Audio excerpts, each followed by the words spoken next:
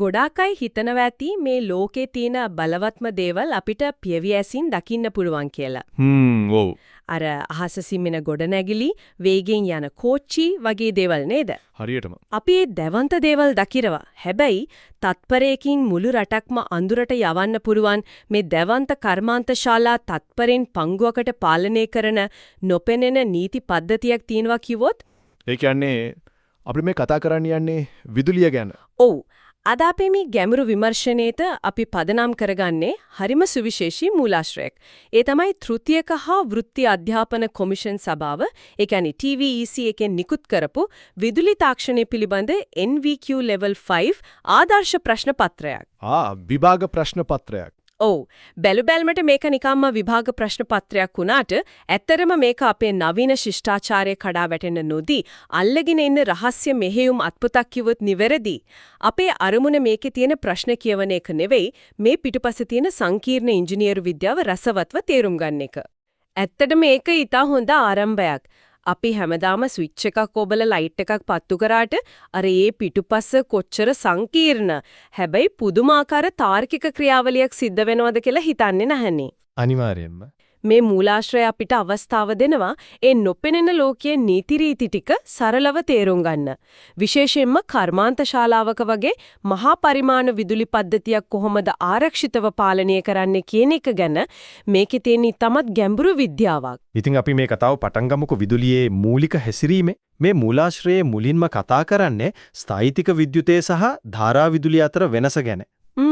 ඒක තමයි මූලිකම දේ. හැබැයි අපි කවුරුත් දන්නවනේ පනාවක් කොණ්ඩේ පීරලා කඩදාසි අල්ලනකොට එන්නේ ස්ථායිතික විදුලිය, වයර් එකක් දිගේ ගලන්නේ ධාරා විදුලිය කියලා. ඒ නිසා අපි ඊට වඩා ප්‍රායෝගික තැනකට යමු. ඕ ඒක හොඳයි. ධාරා විදුලියේ ප්‍රධාන වර්ග දෙකක් තියෙනවා. ප්‍රත්‍යාවර්ත ධාරාව, ඒ කියන්නේ AC, සහ සරල ධාරාව, ඒ කියන්නේ DC. අපේ ගෙවල් වලට එන්නේ AC විදුලියනේ. හරියටම හරි. මට මේක හිතාගන්න ලේසි ජලනල පද්ධතියක් විදිහට වෝල්ටීයතාවය හෙවත් වෝල්ටේජ් එක කියන්නේ වතුරේ පීඩනයට, ධාරාව හෙවත් කරන්ට් එක කියන්නේ ගලන වතුර ප්‍රමාණයට. ඒක ගොඩක් වෙලාවට පාවිච්චි වෙන හොඳ උපමාවක්. හැබැයි අපි AC විදුලිය ගැන කතා කරද්දි මේ ජලනල උපමාව ටිකක් වෙනස් කරගන්න වේව නේද? ඔව්, ටිකක් නෙවෙයි ගොඩක් වෙනස් වෙනවා. ඒ කියන්නේ වතුර එක දිශාවකට යනවා නෙවෙයි, තත්පරයකට වාර 50ක් ඉස්සරහට පස්සට විසිවෙනවා වගේ දෙයක් නේද ලංකාවේ තියෙන 50 හර්ට්ස් සැපුීමකදී ඇත්තටම වෙන්නේ. අන්න ඒක ඊටමත් නිවැරදි සහ පැහැදිලි කිරීමක්. සාමාන්‍ය ජලනලයක වතුර එක දිශාවකට ගලනවා වගේ නෙවෙයි ප්‍රත්‍යාවර්ත ධාරාවකදී වෙන්නේ. ඔයා කිව්වා වගේම පීඩනය තත්පරයකට වාර 50ක් ඉදිරියට සහ පසුපසට මාරු වෙනවා. ඒ කියන්නේ ඉලෙක්ට්‍රෝන වයරේ දිගේ එක කොනක ඉඳන් අනිත් කොනට යනව නෙවෙයි. එහෙනම් මොකක්ද වෙන්නේ? ඒවා තියෙන තැනම ඉඳගෙන එහාට මෙහාට කම්පණය වෙනවා. අන්න ඒ කම්පණය හරහා තමයි ශක්තිය ගමන් කරන්නේ. මේ නිසා තමයි AC විදුලිය දිගුදුරකට ගෙනියන්න ලේසි වෙන්නේ. ඔන්න ඔතනදී තමයි මට මේ මූලාශ්‍රයේ තියෙන ඊළඟ කොටස ගැන ලොකු ප්‍රශ්නයක් එන්නේ. ඒ මොකද්ද? මේ ප්‍රශ්න පත්‍රයේ තියෙනවා මහා පුදුම ගණනය කිරීම වගේ. අර සර්කිට් කැල්කියුලේෂන්ස්. ඔව්. 40 මිලි හෙන්රි ප්‍රේරකයක්, ඒ කියන්නේ ඉන්ඩක්ටර් එකක්, 30 ඕම් ප්‍රතිරෝධකයක් සහ 40 මයික්‍රෝෆැරඩ් ධාරිත්‍රකයක් කැපැසිටර් එකක් 15 වෝල්ට් AC සැපයුමකට සම්බන්ධ කළාම ඇතිවන ප්‍රතිබාධකය හෙවත් ඉම්පීඩන්ස් එක හොයන්නලු. තව RMS ධාරාව සහ අන්නදී සංඛ්‍යාතයත් හොයන්න තියෙනව නේද? හරියටම. මට තියෙන ප්‍රශ්නේ අපි මේක ලියාගමුකෝ ඇයි අපි කඩදාසි පුරවගෙන මේවා අමාරුවෙන් ගණනය කරන්නේ? ඇයි එහෙම හැන්නේ? අද කාලේ ඕනෑම දෙයක් ක්ෂණිකව මැනගන්න පුළුවන් ඊටම දියුණු මල්ටිමීටර්ස් තියෙනව නේද? ඉතින් සර්කිට් එක හදලා මීටරෙන් මැනගත්තම ඉවරනේ. බැලුබැලමට එහෙම හිතෙන එක සාධාරණයි. හැබැයි මෙතන තියෙන වඩාත්ම සිත්ගන්නා කරුණු තමයි මල්ටිමීටරයකින් කරන්නේ පද්ධතියක් භෞතිකව නිර්මාණය කරාට පස්සේ ඒ මොහොතේ පවතින තත්ත්වය මනින එක විතරයි. මේ සංකීර්ණ ගණනය කිරීම වලින් කරන්නේ ඊට වඩා හාත්පසින්ම වෙනස් දෙයක්. ඉංජිනේරුවෙක් මේ ගණනය කිරීම හරහා කරන්නේ අනාගතය පුරෝකතනය කරන එකයි. ඒ කියන්නේ හදන්න කලින්ම කොහොම වෙයිද කියලා බලනවද? ආව උදාහරණයක් විදිහට ප්‍රේරකයක් කියන්නේ ධාරාව වෙනස් වෙනවට අකමැති උපාංගයක්. ධාරිත්‍රකයක් කියන්නේ වෝල්ටීයතාවය වෙනස් වෙනවට අකමැති උපාංගයක්. පරස්පර හැසිරීම් දෙකක් හරියටම. මේ දෙකම AC පරිපතයකට දැම්මම ඒ දෙකේම ප්‍රතිවිරුද්ධ හැසිරීම් නිසා මුළු පද්ධතියම ධාරාවට ලොකු බාධාවක් එනවා.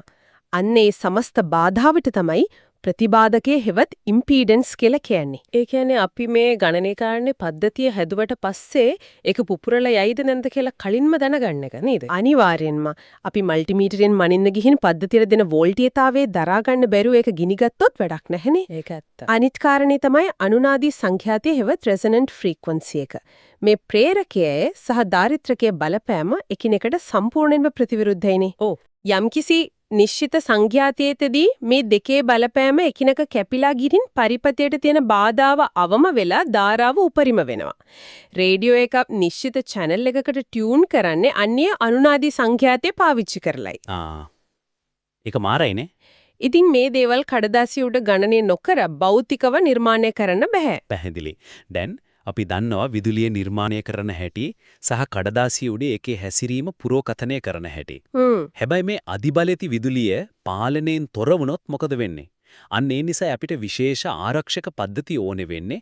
මෙතනදී තමයි මේක ඇත්තදම රසවත් වෙන්නේ. ඔව් ආරක්ෂාව තමයි වැදගත්ම දේ. මේ මූලාශ්‍රයේ දෙවෙනි කොටස පුරාවටම තියෙන්නේ ඉංග්‍රීසි අකුරු වලින් හදපු කෙටියදුම් ගොඩක්. අර MCCB, EFR, UVT වගේ දේවල්. මට හිතෙන්නේ මේවා නිකම්ම උපකරණ නෙවෙයි, මේවා තමයි අපේ නිවෙස් සහ කර්මාන්තශාලා ගින්නෙන් ආරක්ෂා කරන නිහඬ මුරකරුවන්. අන්න ඒ මුරකරුවන්ගේ රාජකාරිය ඊටමත් සුවිශේෂී.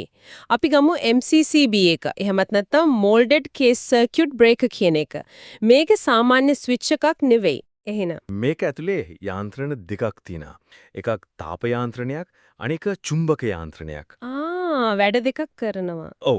පද්ධතියද දරා ගන්න බැරි තරම් උපකරණ සවිකලොත්, ඒ කියන්නේ ඕවර්ලෝඩ් වුණොත් මේක ඇතුලේ තියෙන ලෝහ තහඩුවක් රත් වෙලා ඇදවලා ගිහින් ස්විච් එක ඔෆ් කරනවා. ඒ කියන්නේ හැමින් සිද්ධ වෙන ක්‍රියාවලිය. හරියටම.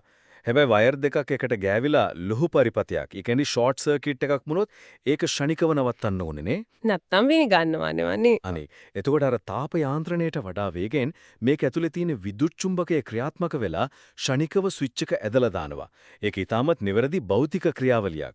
ඊළඟට තියෙන EFR හෙවත් Earth Fault Relay එකෙන් කරන්නේ යම් උපකරණයක ලෝහ බඳට විදුලිය කාන්දු වුණොත් ෂණිකව ක්‍රියාත්මක වෙලා මිනිසුන්ට කරන්ට් එක වදින එක වළක්වන එක. ඔව්. මට නැත්තම් අන්ඩර් වෝල්ටේජ් ට්‍රිප් එකෙන් වෝල්ටීයතාවය අඩුවන වෙලාවට මෝටර්ස් වගේ දේවල් පිලිසෙන එක වළක්වනවා. හැබැයි මට මෙතන තියෙනවා ප්‍රායෝගික ප්‍රශ්නයක්. අහන්නක බලන්න. මට තේරෙන විදිහට ගෙදර වයර් එකක කරන්ට් එක තියෙනවද බලන්න අපි පාවිච්චි කරන්නේ පුංචි ටෙස්ටර් එකක්. හැබැයි ෆැක්ටරි එකක තියෙන මහ ලොකු වෝල්ටීයතාවයක් සහ ධාරාවක් සාමාන්‍ය මීටර එකකින් මනින්න ගියොත් ඒ මීටරය එතනම පොපුරලා නේද? ඔව්. එතකොට කොහොමද ලොකු අගයන් මනින්නේ? මේ ප්‍රශ්න පත්‍රයේ තියෙන උපකරණ පරිණාමකය, ඒ කියන්නේ ඉන්ස්ට්‍රුමන්ට් ට්‍රාන්ස්ෆෝමර් කියන එකට මේකත් එක්ක සම්බන්ධයක් තියෙනවද? අන්න හරියටම තැනට ආවා. දැවෙන්ත කර්මාන්ත ශාලාවක ප්‍රධාන කේබල් එකක ඇම්පියර් දහස් ගණනක් ගලන්න පුළුවන්. ඒක කෙලින්ම මීටරයකට දුන්නොත් මීටරේ විතරක් නෙවෙයි මුළු පැනල් එකම අළු වෙලා යයි. හිතාගන්නත් බයයි. අන්න ඒ නිසායි අපි ඉන්ස්ට්‍රුමන්ට් ට්‍රාන්ස්ෆෝමර්ස් පාවිච්චි කරන්නේ. මේ වගේ කරන්නේ ප්‍රධාන කේබල් එකේ ගලන දැවැන්ත ධාරාව හෝ වෝල්ටීයතාවය ඒකට සමානුපාතිකව ඉතා කුඩා ආරක්ෂිත අගයකට අඩු කරනවා. ඒ කියන්නේ ඇම්පියර් 5කට වගේ. හරියටම. එහෙම අඩු කරලා මීටරයට ලබා දෙන එකයි කරන්නේ. එතකොට මීටරයට පුරලම් ඒ කුඩා අගය කියවලා ඒකෙන් ප්‍රධාන කේබල් එකේ තියෙන සැබෑ අගය කොච්චරද කියලා අපිට පෙන්වන්න. ඒකනම් නියම උපක්‍රමයක්. ආරක්ෂාව ගැන කතා කරද්දී මම දැක්ක මේකේ අහලා තියෙනවා අර IP ප්‍රමිතීන් ගැන. මේක මම දැකලා තියෙනවා අලුත් ජංගම දුරකථන වලත් ගහලා තියෙනවා IP 68 වගේ අංක වලින්. අපි මේ වඩාත් පුඩුල් පින්තූරයකට සම්බන්ධ කළොත් මේක හුදෙක් අකුරු දෙකක් නෙවෙයි. මේක යන්ත්‍ර සූත්‍රවල පැවැත්ම තීරණය කරන ගෝලීය භාෂාවක්. ඉංග්‍රීසි ප්‍රොටෙක්ෂන් කියන එකයි IP වලින් අදහස් වෙන්නේ. පළවෙනි ඉලක්කමෙන් කියන්නේ ඝන ද්‍රව්‍ය. ඒ කියන්නේ දූවිලි වලින් කොතරම් ආරක්ෂිතද කියන එක. එතකොට දෙවෙනි ඉලක්කම? දෙවෙනි ඉලක්කමෙන් කියන්නේ ද්‍රව්‍ය. ඒ කියන්නේ ජලයෙන් කොතරම් ආරක්ෂිතද කියන එක. කර්මාන්ත ශාලාවක වතුර පීඩනයෙන් විදින තැනක හයි කරන මෝටර එකකට සාමාන්‍ය කාමරයක තියෙන මෝටර එක IP අගයේ තිබිලා බෑ. ඔව් ඒක ප්‍රායෝගිකවම තේරෙනවා. වැරදි IP අගයක් තියෙන උපකරණයක් තේරුවොත් ඒක ඇතුළට දූවිලි හෝ වතුර ගිහින් සම්පූර්ණ කර්මාන්ත ශාලාවම ගිනි ගන්න පුළුවන්. හොඳයි. පද්ධතිය ආරක්ෂා කරන නිහඬ මුරකරුවන් ගැන අපි දැන් කතා කළා. ඊළඟට අපි අවධානය යොමු වෙන්නේ මේ දෙවන්ත කර්මාන්ත ශාලාවලට අවශ්‍ය බලය ලබා දෙන යන්ත්‍රෝපකරණ වලට. ඔව් ඒක ඊළඟට එන වැදගත්ම කොටස. මූලාශ්‍රය 3 වෙනි කොටසේදී අහනවා ප්‍රේරක මෝටරයක, ඒ කියන්නේ ඉන්ඩක්ෂන් මෝටරයක පරිභ්‍රමණ වේගය ගණනය කරන්නේ කොහොමද කියලා. ඒකෙදි ප්‍රාථමික සංඛ්‍යාතය සහ මෝටරයේ ධ්‍රම සංඛ්‍යාව වගේම ලිස්සීම එහෙමත් නැත්නම් ස්ලිප් කියන සාධකය පාවිච්චි කරන්න කියලා තියෙනවා. මේ ලිස්සීම කියන වචනේ අහුවාම මට හිතෙන්නේ මොකක් හරි දෝෂයක් ගැන. අයි මෝටරේ කැරකෙන්න මේ ලිස්සීමක් ඕන වෙන්නේ. ඒක තමයි ප්‍රේරක මෝටරයක තියෙන ලස්සනම විද්‍යාව. මෝටරයක පිටතින් තියෙන ස්ටේටරේ නිර්මාණය වෙනවා කැරකෙන චුම්බක ක්ෂේත්‍රයක්. ඒක කැරකෙන්නේ යම්කිසි වේගයකින්. හරි. දැන් මේ චුම්බක ක්ෂේත්‍රය ඇතුලේ තියෙන රෝටරයත් ඒ චුම්බක බලයට අහු වෙලා කැරකෙන්න පටන් ගන්නවා. ඔව් ඒකනේ සාමාන්‍යයෙන් වෙන්නේ. හැබැයි රෝටරය කිසිම දවසක අර චුම්බක ක්ෂේත්‍රයේ වේගයටම කැරකෙන්නේ නැහැ. ඊට වඩා පොඩ්ඩක් අඩුවෙන් තමයි කැරකෙන්නේ. අන්න ඒ වේගයන් දෙක අතර තියෙන පරතරයට තමයි ලිස්සීම හෙවත් ස්ලිප් කියන්නේ. එතකොට රෝටරය චුම්බක ක්ෂේත්‍රයේ වේගයටම කැරකුණොත් මොකද වෙන්නේ? මෝටරය තවත් හොඳට වැඩ කරයි නේද? නෑ, එතන තමයි මැජික් එක තියෙන්නේ. රෝටරය චුම්බක ක්ෂේත්‍රයේ වේගයටම කැරකුණොත් චුම්බක බල රේඛාව සහ රෝටරය අතර සාපේක්ෂ චලිතයක් නැති වෙනවා. සාපේක්ෂ චලිතයක් නැත්නම් එහෙම වුණොත් රෝටරය හරහා චුම්බක බල රේඛා කැපෙන්නේ නැහැ. බල රේඛා කැපුණේ නැත්නම් ධාරාවක් හැදෙන්නේ නැහැ. ධාරාවක් හැදුවේ නැත්නම් රෝටරේ කැරකෙන්න අවශ්‍ය විවර්තය, ඒ කියන්නේ ටෝක් එක හැදෙන්නේ නැහැ. දෙයියනේ කියන්නේ මෝටරේ නතර වෙනවා. හරියටම හරි. ඒ නිසා මෝටරයක් දිගටම කැරකෙන්න නම් අනිවාර්යෙන්ම මේ ලිස්සීම තියෙන්නම ඕනේ. ඒක දෝෂයක් නෙවෙයි. ඒක තමයි මෝටරේට පණ දෙන රහස. වාව්! ඒක නම් ඇත්තටම අහා මොහතක්. ඊළඟට ප්‍රශ්න පත්‍රයේ තියෙනවා ලොකු විදුලි ජනකයක. ඒ කියන්නේ ජෙනරේටර් එක රූප සටහනක්. ඒකේ මොනවද තියෙන්නේ? මේකේ තියෙනවා ටර්බයින් එකක්. ඒක තමයි ප්‍රධාන රෝටරේ කරකවන්නේ. ඒත් එක්කම මේ එකම පතුවලක, ඒ කියන්නේ ෂාෆ්ට් එකක හයි කරලා තියෙනවා PMG එක්සයිටර් සහ ප්‍රධාන රෝටරය. ඒ වගේම භ්‍රමණ සුජුකාරකේ එමත් නැත්නම් රොටේටිං රෙක්ටිෆයර් කියලාත් එකක් තියෙනවා. ඔව් මේ ලොකු යකඩ පතුවලක් උඩ කැරකි තියෙන සුජුකාරකයකින් මොකද්ද කරන්නේ? මෙහෙම හිතමු. ලොකු ජෙනරේටරයක් විදුලිය නිපදවන්න නම් ඒකේ ප්‍රධාන රෝටරය දැවන්ත විද්‍යුත් චුම්බකයක් වෙන්න ඕනේ. හරි. ඒ චුම්බක ක්ෂේත්‍රය හදන්න රෝටරයට DC විදුලිය දෙන්න ඕනේ. හැබැයි ප්‍රශ්නේ තියෙන්නේ රෝටරේ වේගෙන් කැරකෙනවා. ඉතින් කැරකෙන එකකට වයර් එකක් සම්බන්ධ කළොත් වයර් එක පැටලෙනෝනේ. පරණ කාලේ නම් කාබන් බ්‍රෂ් පාවිච්චි කළා. හැබැයි ඒව ගෙවෙනවා, ගිනි පුපුරු විසි වෙනවා. මේකට ඉංජිනේරුවන් හොයාගත්ත විසඳුම තමයි ඔය කියන භ්‍රමණ සුජුකාරකය. ඒ කියන්නේ කැරකෙනකොට සුඩදීම විදුලිය හදා ගන්නවා කියන එකද? හරියටම. මුලින්ම කැරකෙන තතුවල උඩ තියෙන කුඩා ජෙනරේටරයකින්, ඒ කියන්නේ එක්සයිටර් එකකින් AC විදුලියක් නිපදවනවා. හරි. ඊට පස්සේ ඒ පතුවල උඩම සවි කරලා තියෙන භ්‍රමණ සුජුකාරකය මගින් අර නිපදවපු AC විදුලිය එතනදීම DC පවට පරිවර්තනය කරනවා. ඊට පස්සේ ඒ DC විදුලිය කෙලින්ම ප්‍රධාන රෝටරියට දෙනවා. මාරයිනේ. ඒ කිසිම දෙයකට බාහිරින් වයර් සම්බන්ධ වෙන්නේ නැහැ. නැහැ. හැමදීම සිද්ධ වෙන්නේ අර වේගයෙන් කැරකෙන පතුවල උඩමයි. ඒක ඉංජිනේරු විද්‍යාවේ අපුරු නිමවුමක්. මට තේරෙනවා. එතකොට බලශක්ති කළමනාකරණය කළ කතා කරද්දී අකණ්ඩ බල ශැපීම එහෙමත් නැත්නම් UPS රූප සටහන දැක්කාම මට මහා ලොකු ප්‍රහේලිකාවක් ආවා. ඉතින් මේ හැම දෙයකින්ම අදහස් වෙන්නේ මොකද්ද කියලා මම කල්පනා කළා. ඒ මොකද? මේ සටහනට අනුව ප්‍රධාන සැපුවීමෙන් එන AC විදුලිය මුලින්ම සෘජුකාරකයක් කරහා DC බවට හරවනවා. ඊට පස්සේ ආයතනයක් ඉන්වර්ටරයක් කරහා ඒ DC විදුලිය AC බවට හරවලා තමයි කර්මාන්ත ශාලාවේ තියෙන සර්වර් වලට හරි උපකරණ වලට හරි දෙන්නේ. ඕ. ඇයි මේ වගේ වටේ යන්නේ? එකපාරක් DC කරලා ආයෙත් AC කරන්නේ ඇයි? මේක පැහැදිලිවම බලශක්තිය නාස්ති කිරීමක් නේද? මිනිසා ඊට වැදගත් ප්‍රශ්නයක් මතුවෙනවා.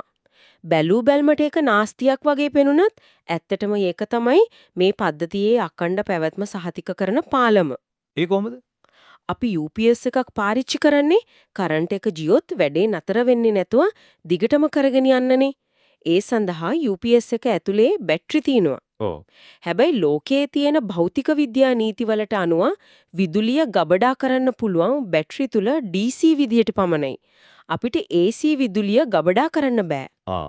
ඒ කියන්නේ බැටරිය charge කරන්න නම් අනිවාර්යයෙන්ම එන AC විදුලිය DC කරන්නම වෙනවා. පැහැදිලිවම.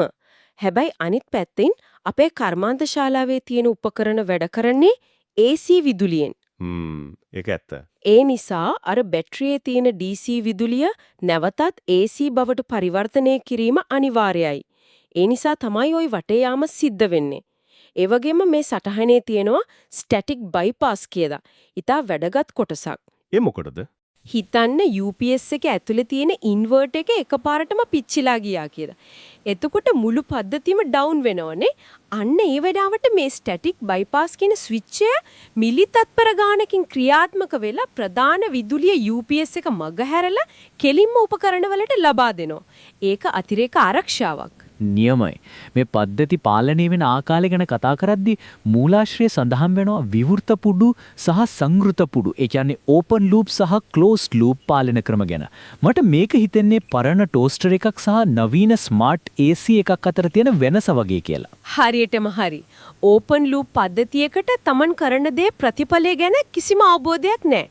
පරණ ටෝස්ටර් එක වෙලාවට වැඩ කරලා නවතිනවා, පාන් කෑල්ල කර වුණාද නැද්ද කියලා ඒක දන්නේ නැහැ. හැබැයි ක්ලෝස්ඩ් ලූප් පද්ධතියක ඒක නෙවෙයි වෙන්නේ. ඒකේ සෙන්සර්ස් හරහා ෆීඩ්බැක් එකක් ලබා ගන්නවා. ඔයා කිව්ව ස්මාර්ට් AC එක කාමරයේ උෂ්ණත්වය මැනලා ඒකට අනුව තමන්ගේ කූලින් එක අඩු වැඩි කර ගන්නවා. ඒ කියන්නේ තමන්ම හැඩ ගැහෙනවා. ඔව් නවීන කර්මාන්ත ශාලාවල තියෙන තත්පරෙන් පංගුවට නිවැරදිව වැඩ කරන රොබෝ යන්ත්‍ර ක්‍රියාත්මක වෙන්නේ මේ ක්ලෝස්ඩ් ලූප් තාක්ෂණයෙන්. පද්ධතිය විසින්ම පද්ධතිය නිවැරදි කර ගන්නවා. ඔන්න ඔතනදි තමයි අපි මේ මූලාශ්‍රයේ අවසාන සහ වැදගත්ම කොටසට එන්නේ. කොතරම් දියුණු විදුලි උපකරණ, ස්වයංක්‍රීය UPS පද්ධති සහ ක්ලෝස් ලූප් තාක්ෂණයන් තිබුණත් මේ දේවල් ස්ථාපනය කරන්න සහ නඩත්තු කරන්න මිනිස්සු ඕනේ නේ. අනිවාර්යෙන්ම මිනිස් මැදිහත් වීම නැතුව බෑ. මුලින්ම තියෙනවා ශ්‍රී ලංකාවේ බහුලව යෙදෙන භූගත කිරීමේ ක්‍රම, ඒ කියන්නේ earthing ක්‍රමවන TT සහ TNCS ගැන. මේවයින් කරන්නේ විදුලිය කාන්දු වුණොත් මිනිසුන්ගේ ඇඟ හරහා යන්නේ නැතුව පොළවට යන්න පාරක් හදලා දෙන එක කියලා අපි දන්නවා. ඔව්. හැබැයි මට ඊට වඩා ලොකු ප්‍රශ්නයක් තියෙනවා. ඇයි ෆැක්ටරි වල ලොකු අනතුරු වෙන්නේ? යන්ත්‍රයක් ඉන්ස්ටෝල් කරනකොට සහ ඊට පස්සේ මේ මැෂින් වල වැරද්දකට වඩා එතන තියෙන්නේ මානව දෝෂ නේද? මේ ප්‍රශ්න පත්‍රය අහලා තියෙන සම්මත ක්‍රියාකාරී පිළිවෙත, ඒ කියන්නේ SOP එක සහ නිවාරණ නඩත්තුව ඒකට සම්බන්ධයි නේද? ඔයා ඇඟිල්ල තිබ්බේ ඊටමත් සංවේදී තැනකට. ලෝකේ සිදුවෙලා තියෙන මහා පරිමාණ විදුලි බිඳ වැටීම්. ෆැක්ටරි ගිනි ගැනීම වලට හේතුව තාක්ෂණීය අසමත් වීම නෙවෙයි, මිනිසා අසමත් වීමයි. ඇත්තටම SOP එහෙමත් නැත්නම් ස්ටෑන්ඩඩ්ස් ඔපරේෂන් ප්‍රොසීජර් එක කියන්නේ යම්කිසි කාර්යයක් ආරක්ෂිතව කරන පියවරෙන් පියවර උපදෙස් මාලාවක්. ඒක නිකම්ම කොල කෑල්ලක් නෙවෙයි. ඒක ලියවිලා තියෙන්නේ කලින් සිදුවුණු අනතුරු වලින් ලැබපු අත්දැකීම් වලින්. ලේ වලින් ලියවිච්ච නීති වගේ. හරියටම. ඒ වගේම නිවාරණ නඩත්තුව එහෙමත් නැත්නම් ප්‍රිවෙන්ටිව් මේන්ටේනන්ස් කියන්නේ යන්ත්‍රයක් කැඩිලා දුම් දානකම් ඉන්නේ නැතුව නිෂ්පාදකයා දීලා තියෙන කාලසටහනට අනුව ඒකේ තෙල් මාරු කරන එක, කනෙක්ෂන්ස් තද කරන එක. හැබැයි අපේ ගොඩක් තැන්වල එහෙම වෙන්නේ නැහැ නේද? අන්න ඒකයි ප්‍රශ්නේ. අද ගොඩක් තැන්වල වෙන්නේ යන්ත්‍රය කැඩෙනකන් දුවන එකයි. ඒකෙන් තමයි ලොකුම අනතුරු වෙන්නේ. හැබැයි කොච්චර පරිස්සම් වුණත් යම් විදියකින් අනතුරක් වුණොත් මේ ප්‍රශ්න පත්‍රයේ අවසානයේටම කියනවා මූල හේතු විශ්ලේෂණය එමත් නැත්නම් root cause analysis කරන්න කියලා. මට තේරෙන විදියට මේක නිකම්ම පිච්චිච්ච වයර් එකක් මාරු කරනවා වගේ වැඩක් නෙවෙයි. කොහෙත්ම නෑ. මූල හේතු විශ්ලේෂණය කියන්නේ හරියට අපරාධ පරීක්ෂණයක් වගේ වැඩක්. හිතන්න මෝටරයකට යන වයර් එකක් පිච්චිලා කියලා. හයි. සාමාන්‍ය කාර්මිකයෙක් කරන්නේ ඒ වයර් එක ගලවලා අලුත් වයර් එකක් දාන එක. හැබැයි සැබෑ තාක්ෂණවේදියෙක් ප්‍රශ්න අහන්න පටන් ගන්නවා. මොන වගේ ප්‍රශ්නද? මුලින්ම අහනවා ඇයි වයර් එක පිච්චුනේ? මොකද මෝටරයේ ඕනෑවට වඩා ධාරාවක් ගත්තා. ඊළඟට අහනවා ඇයි මෝටරේ ධාරාවක් ගත්තේ? මොකද මෝටරේ බෙයාරින් හිරවලා තිබුණේ. ඊට පස්සේ අහනවා ඇයි බෙයාරින් හිර වුනේ?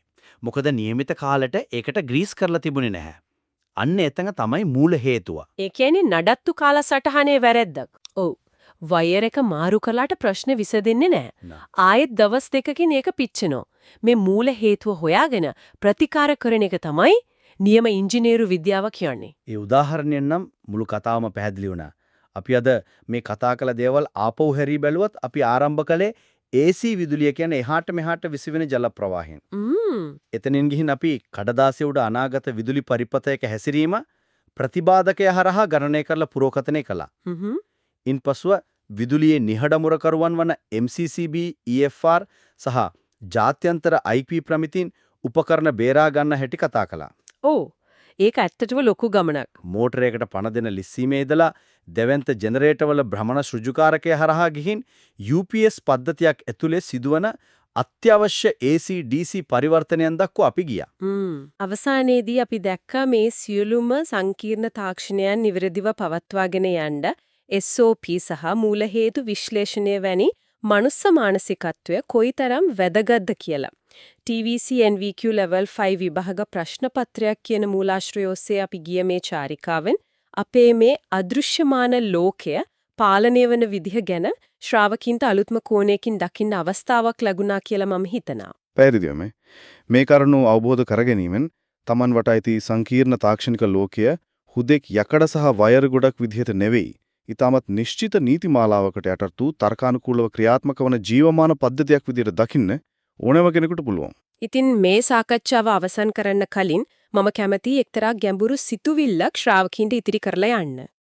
අපි දැක්කා අපේ නවීන ලෝකයේ වඩා වඩාත් ස්වයංක්‍රීය හුවමාරු ස්විච් සහ තමන්ගේ වැරදි තමන්ම හදාගන්න ක්ලෝස් ලූප් පද්ධති වැනි තාක්ෂණයන් මත යැපෙන බව යන්ත්‍ර විසින්ම තීරණ ගන්නා මේ යුගයේ අපි අපේ ආරක්ෂාව සම්පූර්ණම මේ යන්ත්‍රවලටම බාර දීලා තියෙන්නේ. ඒක ඇත්ත. හැබැයි යම් දාසක මේ සියදුම ස්වයංක්‍රීය පද්ධති හදිසියේ බිඳ වැටුණොත් කුමක් සිදු වේවිද? තාක්ෂණයේ කොතරම් දියුණු වුණත් ඇයි මෙහෙම වුනේ කියලා අහන්න පුළුවන් මේ ප්‍රශ්න පත්‍රයේ අවසානයේද කියන අර මූල හේතුව විශ්ලේෂණය කළ හැකි සැබෑ මිනිස් බුද්ධියක් එතර නොතිබුණොත් අපි මොකද්ද කරන්නේ? ඒක ලොකු ප්‍රශ්නයක්. හුදෙක් යන්ත්‍ර මත පමණක් අපේ පැවැත්ම විශ්වාස කිරීම කෙතරම් අවදානම් සහගතද කියන කාරණය ගැන සිතන්නට ඉඩ හැරෙමින් අදට අපි සමුගන්නවා. නැවතත් මෙවැනිම අපූර්ව විෂයක් ඔස්සේ හමු වෙමු.